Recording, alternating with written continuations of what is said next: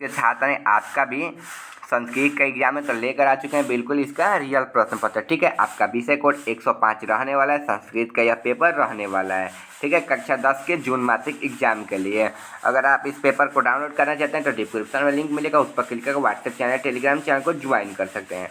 आपको समय मिलने वाला है 1 घंटा 30 मिनट बनाने के लिए। 50 नंबर का यह पेपर रहने वाला। चलिए बिना देरी के पेपर को सॉल्व करवा देते हैं। ठीक है, चलिए 1 नंबर क्वेश्चन है यहाँ पर, पटना का इतिहास कितना पुराना है? 2500 वर्ष, 2000 वर्ष, 1500 वर्ष या 1000 वर्ष? तो आप सभी को पता है कितना पुराना है, 2500 वर्ष। ऑप्शन नंबर क्या हो जाएगा? ए हो जाएगा। कूटनीतियम काव्य के कवि कौन है? कूटनीतियम काव्य के कवि कौन है? तो 2 नंबर क्वेश्चन का right answer option number B हो जाएगा, दामोदर गुप्त है। ऑप्शन नंबर क्या हो जाएगा? बी हो जाएगा। यूनान का राजदूत कौन था? यूनान का राजदूत कौन था? तो 3 नंबर क्वेश्चन का right answer option number C हो जाएगा, मेगास्थनीज था। ठीक है, ऑप्शन नंबर सी हो जाएगा। राजशेखर की रचना कौन सी है? राजशेखर की रचना कौन सी है? तो 4 नंबर क्वेश्चन का right answer option number A हो जाएगा, काव्य मीमांसा है। ठीक है, ऑप्शन नंबर क्या हो जाएगा? ए हो जाएगा। 5 नंबर क्वेश्चन है, कौमुदी महोत्सव किस ऋतु में मनाया जाता है? कौमुदी महोत्सव किस ऋतु में मनाया जाता है? वसंत में, वर्षा में, शरद में या ग्रीष्म ऋतु में? तो 5 नंबर क्वेश्चन का राइट आंसर आपका ऑप्शन नंबर बी हो जाएगा, वर्षा ऋतु में। ठीक है, आचार का हवन किससे होता है? ठीक है, आचार का हवन किससे होता है? किससे होता है? तो देखिए 6 नंबर क्वेश्चन का right answer option number A हो जाएगा, अलक्षण से। अलक्षण से। ठीक है, चलिए अगला क्वेश्चन है यहाँ पर 7 नंबर, वागदान किस संस्कार में होता है? उपनयन में, विवाह में, पुंसवन में या निष्क्रमण में? तो राइट आंसर हो जाएगा विवाह में। ऑप्शन नंबर क्या हो जाएगा? बी हो जाएगा।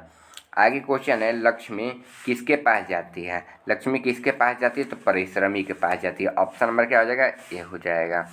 आगे क्वेश्चन है, स्वामी दयानंद ने किस संस्था की स्थापना की थी?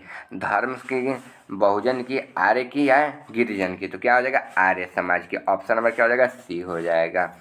आगे 10 नंबर क्वेश्चन है यहाँ पर, राम मंदाकिनी की शोभा किसको दिखा रहे हैं? लक्ष्मण को या ऋषियों को, विभीषण को या सीता को? तो सीता को। सीता कहाँ दिया? ऑप्शन नंबर डी में दिया। ये आपका राइट आंसर हो जाएगा। चलिए आगे का क्वेश्चन देखते हैं। आगे क्वेश्चन है, स्वामी दयानंद का जन्म कब हुआ था? ऑप्शन नंबर ए दिया है 1822 में, बी दिया 1824 में, सी दिया 1826 में, डी दिया 1828 में। तो इसका राइट आंसर क्या हो जाएगा? स्वामी दयानंद का जन्म कब हुआ था? तो 1824 में। ऑप्शन नंबर क्या हो जाएगा? बी हो जाएगा। ठीक है, स्वामी दयानंद का जन्म 1824 में हुआ था। चलिए 11 नंबर क्वेश्चन यहाँ तक हो गया। 12 नंबर क्वेश्चन की ओर बढ़ते हैं। अंतिम शिक्षा संस्कार का नाम क्या है? उपनयन, समावर्तन, अक्षरारंभम, वेदारंभम?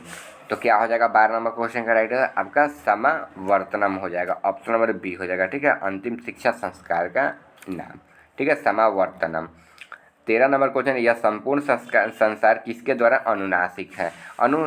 अनुशासित है। ठीक है, अनुशासित है। आत्मा के द्वारा, परमात्मा के द्वारा, साहित्य के द्वारा, इनमें से कोई नहीं। तो देखिए आत्मा के द्वारा नहीं है, ठीक है, साहित्य के द्वारा भी नहीं है, और इनमें से कोई नहीं तो होगा नहीं, परमात्मा हो जाएगा। ठीक है, मतलब भगवान के द्वारा अनुशासित है। 14 नंबर क्वेश्चन है यहाँ पर, शास्त्र किसके लिए कर्तव्य और अकर्तव्य का विधान करते हैं?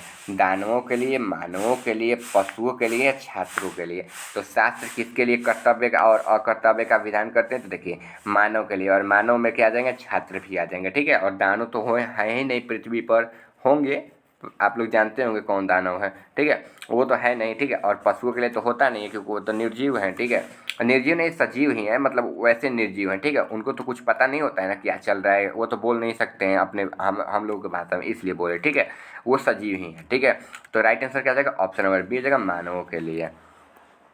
आगे क्वेश्चन है, प्राचीन काल में शिष्यों को क्या कहा जाता था? क्या कहा जाता था? अंतेवासी कहा जाता था, छात्र ही कहा जाता था, ब्रह्मचारी, या इनमें से कोई नहीं? तो प्राचीन काल में शिष्यों को गुरु क्या कहते थे? तो ब्रह्मचारी कहते थे। ठीक है, ऑप्शन नंबर क्या हो जाएगा? बी हो जाएगा। आगे क्वेश्चन है, शास्त्र मानवों को किसका बोध कराता है? तो किसका बोध कराता है? हस्तव्य का, धर्तव्य का, मनत्व का, या कर्तव्य का? ठीक है, कर्तव्य का। ठीक है, तो क्या हो जाएगा? कर्तव्य का। ऑप्शन नंबर क्या हो जाएगा? सी हो जाएगा। वैर से वैर का समन क्या है? देखिए वैर से वैर का समन क्या है? संभव है, असंभव है, नाभम है या संभव है? तो क्या हो जाएगा? असंभव है। ऑप्शन नंबर क्या हो जाएगा? बी हो जाएगा। ठीक है, असंभव है। आगे क्वेश्चन है, नदियाँ नाम और रूप छोड़कर किससे मिलती है? नदियाँ नाम और रूप छोड़कर किससे मिलती है? समुद्र से, मानसरोवर से, तालाब से, झील से।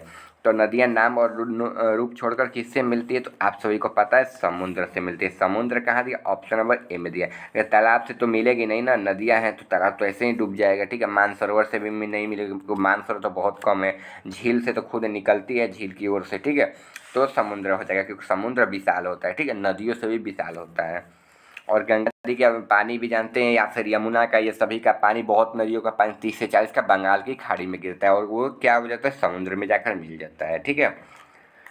महान से भी महान क्या है? महान से महान क्या है? आत्मा है, देवता है, ऋषि हैं, और ऋषि हैं, ठीक है, और दानव है। तो महान से महान क्या है? तो महान से भी महान, देवता से भी बड़ी आत्मा होती है, ठीक है। महान से महान आत्मा होती है। ऑप्शन नंबर क्या हो जाएगा? ए हो जाएगा।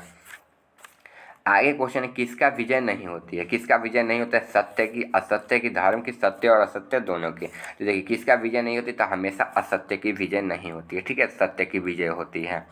आगे है, कथा मारमन के तत्वी विवासित किसकी युक्ति है? बाघ की, पथिक की, धार्मिक की, या फिर दिया यहाँ पर, एक सेकंड बता रहे हैं, इसको हटा दें, लेखक की, ठीक है। तो कथा मारमर के विश्वास किसकी युक्ति है? तो 21 नंबर क्वेश्चन का राइट आंसर आपका ऑप्शन नंबर बी हो जाएगा, पाथिक की, ठीक है, पथिक की, ठीक है। चलिए आगे क्वेश्चन है, कर्णभार रूपक के रचनाकार कौन है? कर्णभार रूपक के रचनाकार कौन है? तो देखिए 22 नंबर क्वेश्चन जो है ना, तो 22 नंबर क्वेश्चन का आपका राइट आंसर क्या हो जाएगा? ऑप्शन नंबर डी हो जाएगा, महर्षि भास।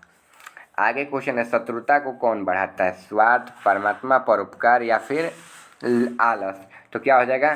स्वार्थ। जो स्वार्थ है ना, अगर आप किसी के प्रति स्वार्थी बनेंगे ना तो वो आपका शत्रु हो जाएगा। ऑप्शन नंबर क्या हो जाएगा? ए हो जाएगा। आगे है, वृष संहिता के रचनाकार कौन है? वृष संहिता के रचनाकार कौन है? तो 24 नंबर क्वेश्चन का राइट आंसर आपका ऑप्शन नंबर ए हो जाएगा, वराह मिहिर, ठीक है। चलिए आगे क्वेश्चन है, नदियाँ समुद्र को छोड़कर कैसे मिलती है? तो कैसे मिलती है? तो देखिए आपको पता है, नाम और रूप छोड़कर। नाम और रूप छोड़कर कहाँ दिया है? ऑप्शन नंबर ए में भी नहीं दिया, बी में भी दिया, सी में नहीं दिया, डी में दे दिया, ठीक है। ऑप्शन नंबर क्या हो जाएगा? डी हो जाएगा। आगे है, राजशेखर का प्रमुख काव्य ग्रंथ कौन है? राजशेखर का प्रमुख काव्य ग्रंथ कौन है? तो देखिए 26 नंबर क्वेश्चन का राइट ऑप्शन नंबर बी हो जाएगा, काव्य मीमांसा हो जाएगा। ऑप्शन नंबर क्या हो जाएगा? बी हो जाएगा। आलसशाला में देखिए 27 नंबर क्वेश्चन, आलसशाला में आग कब लगाई गई? तो जब सब सो रहे थे। कब सब सो रहे थे, कहाँ दिया? तो ऑप्शन नंबर सी में दिया है।